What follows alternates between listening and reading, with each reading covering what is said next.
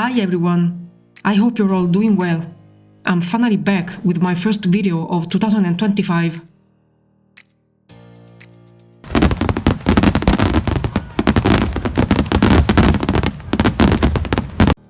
In this video, we'll be transforming a small corner of my new kitchen, which I'm turning into my spot for my cooking videos.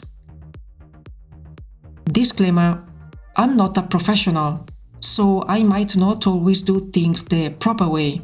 Plus, sector-specific vocabulary is new to me, so you might hear me referring to objects as thing, stuff, or something similar. So, the situation was basically two old stinky wallpapers, way too much brown and red, and this lingering sense that some unpleasant surprise was just waiting to pop up. First thing first, I had to remove all that stuff from the wall. And bloody hell, those screws were a nightmare to remove. But I eventually got them out. On top of that, this wooden thing made the whole process even trickier. The first nasty surprise didn't take long to show up. As soon as I started pulling the whole thing down, chunks of plaster began to fall off.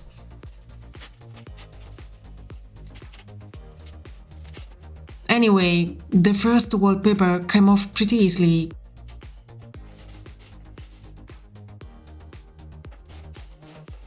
But the older one underneath was incredibly stubborn.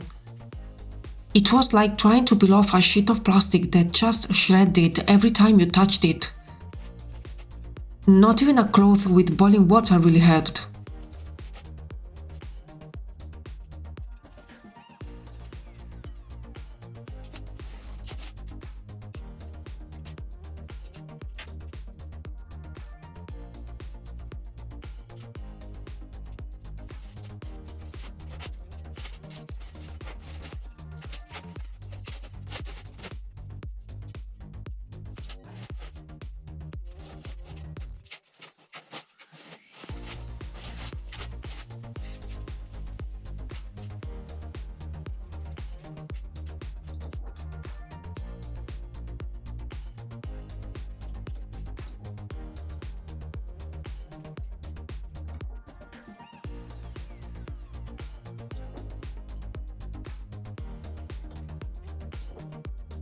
The result?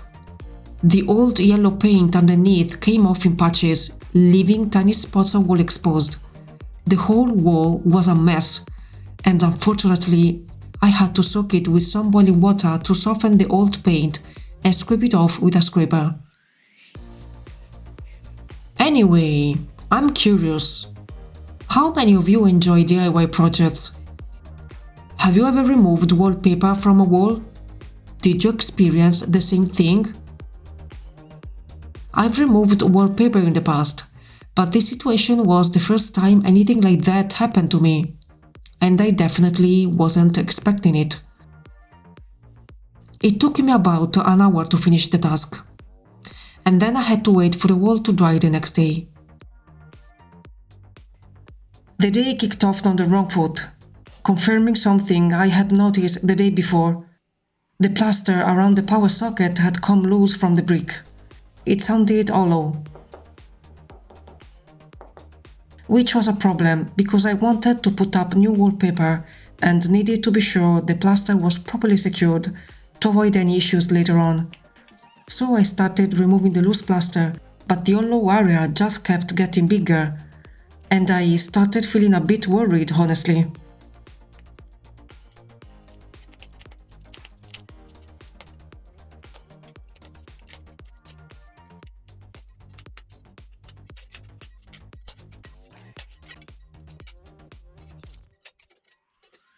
Anyway, moving on.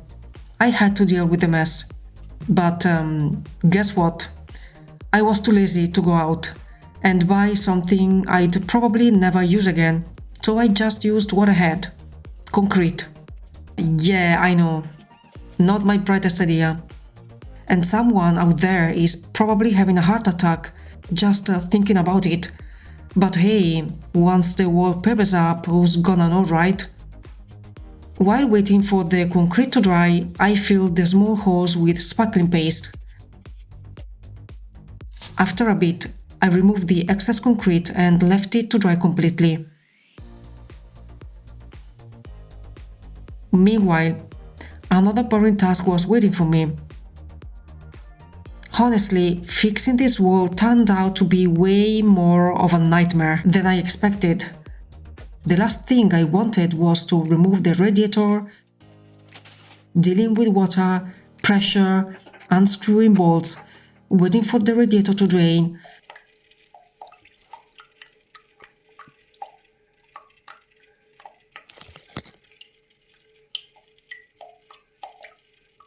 "50 years later." And then mopping up Niagara Falls from the floor. I really hated it.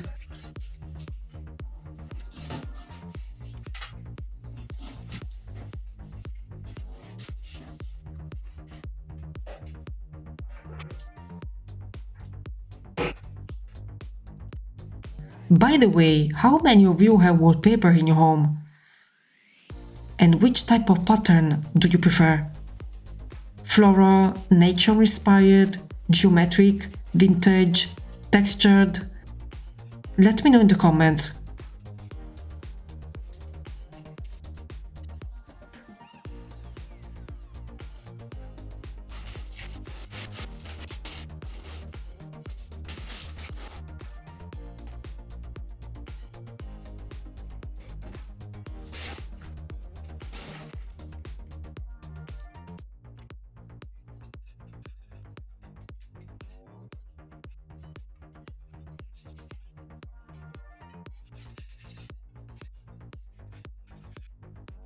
Moving on, after removing the last few square meters of old wallpaper, I started scraping off the old paint in this part of the wall. And that's when I really started feeling tired after working non-stop all day. Finally, the entire wall in this kitchen corner was cleaned. And the only thing left to do was apply some sparkling paste to the concrete to cover the rough texture. Let's be clear. It's never going to be perfectly smooth, so if you are dealing with a situation like this, head to the store and get a proper paste, especially if you plan to paint.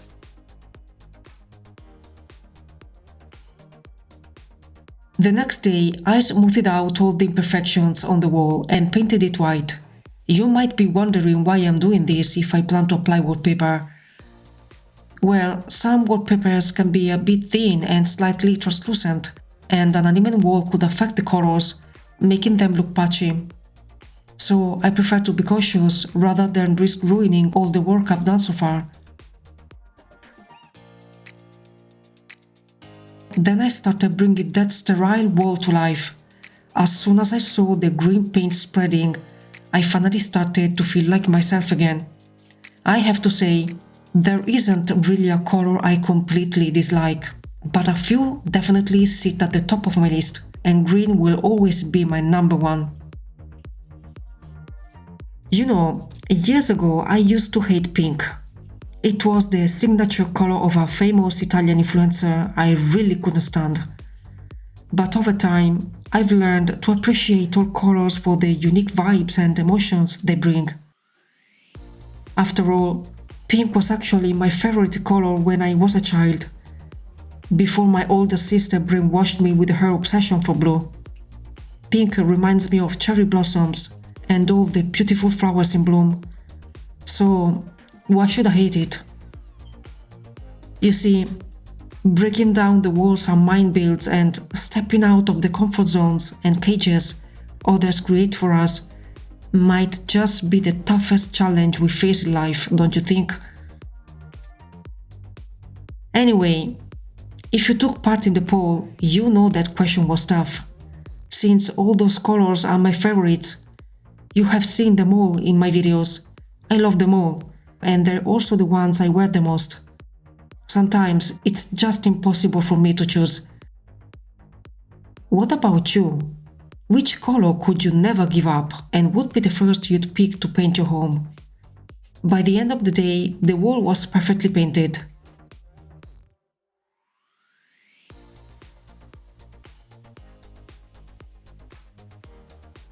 The next day, the radiator was begging me to clean it. It was covered in dirt and a decade's worth of dust.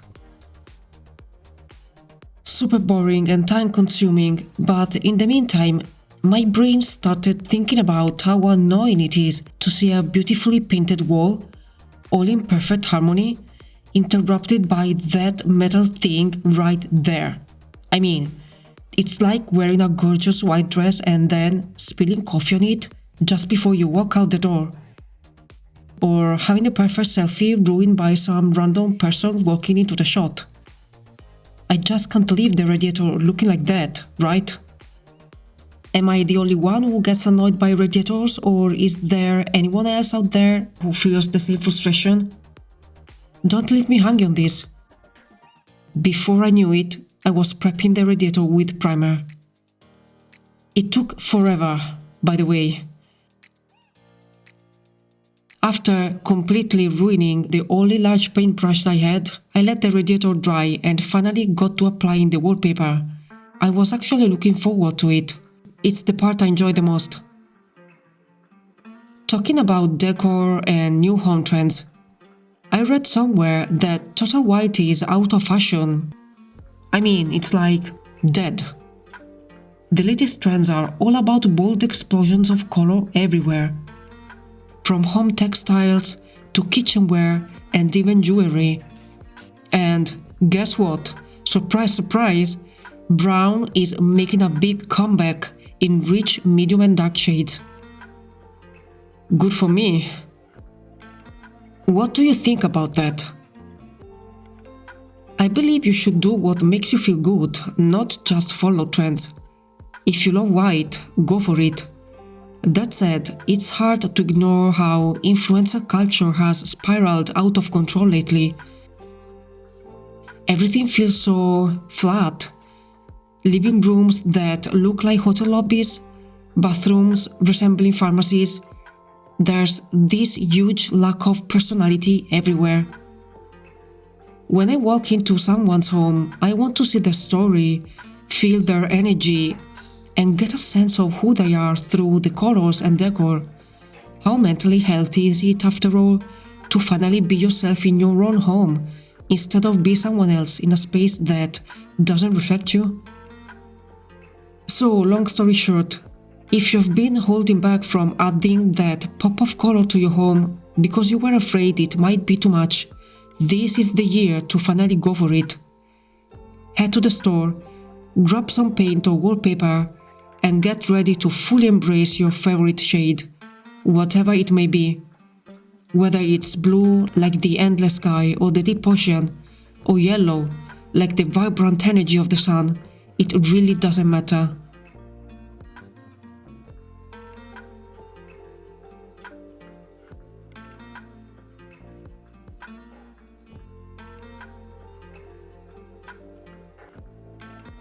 Well, I finally painted the radiator too. It took forever and was so boring, but totally worth it. I mean, just look at it. How cool is that? Time for the furniture. I'll skip the assembly part of these IKEA wooden cabinets since it would be pretty boring to watch.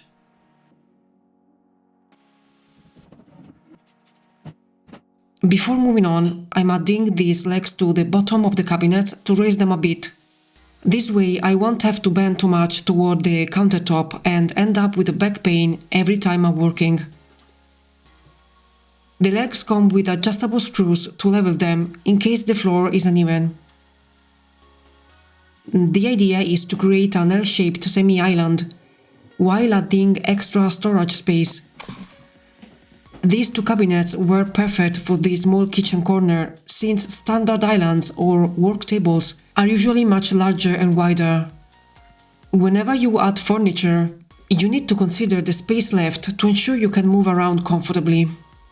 The IKEA Ivar series offers a lot of flexibility, and what really sold me was the fact that I could paint them any color I wanted.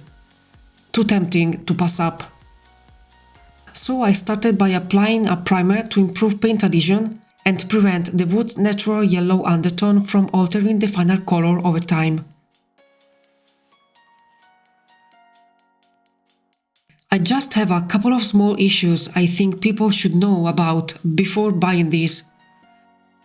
One of the doors came with a minor defect and honestly, I wasn't too happy about it. Returning a product can be such a hassle. You have to repack everything and take it all the way back to the store. I really wish quality control was a bit more reliable.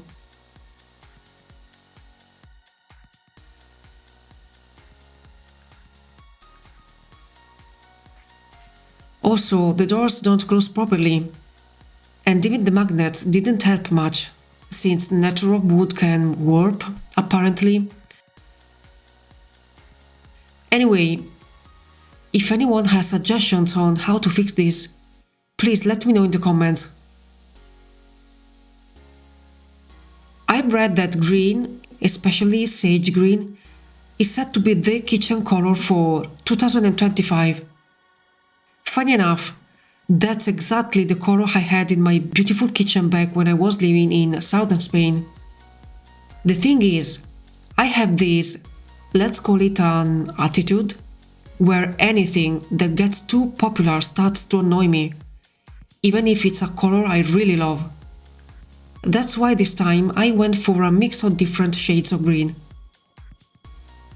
You know, the biggest issue when choosing a color you've seen elsewhere, like in magazines for example, is that once you bring it into your own space, it can feel totally underwhelming. When I was living in the flat last year, there was a room painted green, but in full direct sunlight, it turned into this weird fluorescent yellow. And honestly, that room was awful. So my advice, always get testers of the shades you're considering and check how they react to the light throughout the day. It will save you from being stuck with a color that doesn't suit you or your space.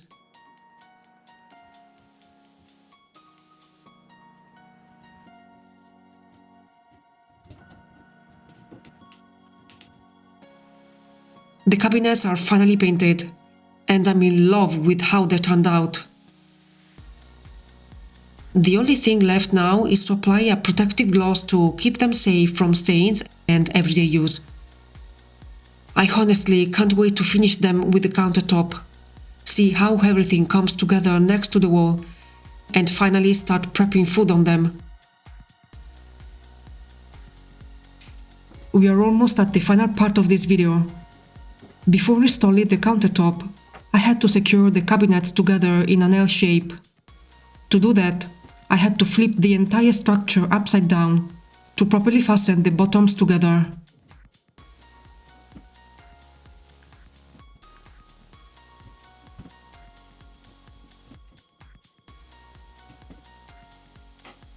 A little advice: never throw away leftover hardware from new furniture, and always set it aside before discarding old pieces. These spare parts can get quite expensive, and if you keep collecting them, you'll end up with a valuable stash.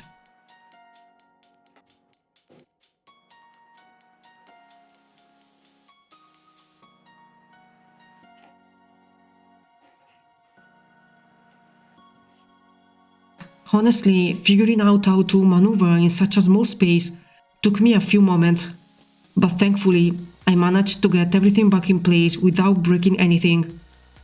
I can be such a bull in a china shop sometimes.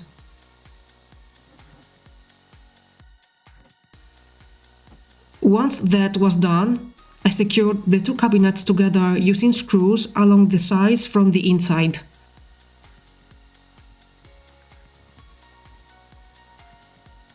The new work table was super stable. I could finally install the countertop. Well, it wasn't actually a proper countertop, but two regular IKEA cabinet doors, specifically washing machine doors. Standard countertops were too large, and resizing them to fit my small semi-island would have been a hassle. I mean, a countertop can be made of particle board just like two cabinet doors, right?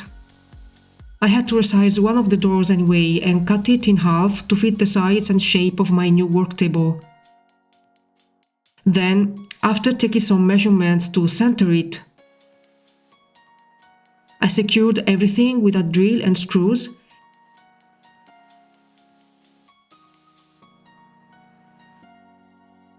And finally, I added an edge banding strip to cover the cuts in the middle of the countertop. The strip had adhesive on it, so I just used a hot air gun to glue it down. Are you ready for the review?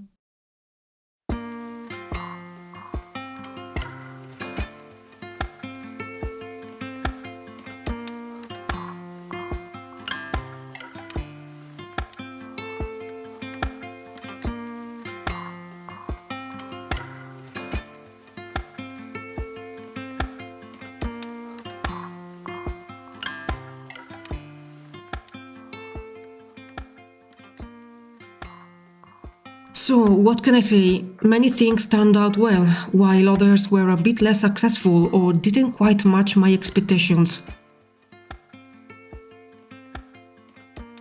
Anyway, I'm happy with what I've done and I can't wait to get back to knitting.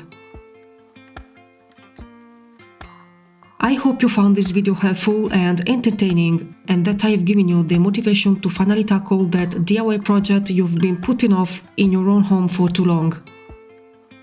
Or the inspiration to start a new one to renovate that small area of your house that's been making you feel uncomfortable.